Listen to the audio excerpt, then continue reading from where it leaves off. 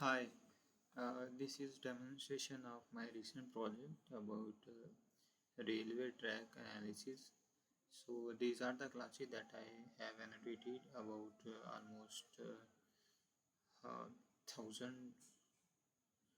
plus images and also annotation like a bolt, issue, plate, joint and missing bolt.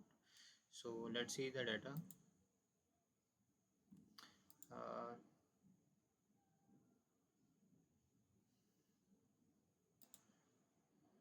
So this is the image that I annotated and it's for railway track analysis.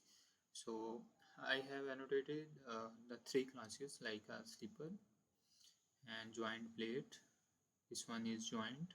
This one is fisher plate that combine many nuts together to hold the joints together, and inside that I have some missing bolt as well class name, and it should be let me display.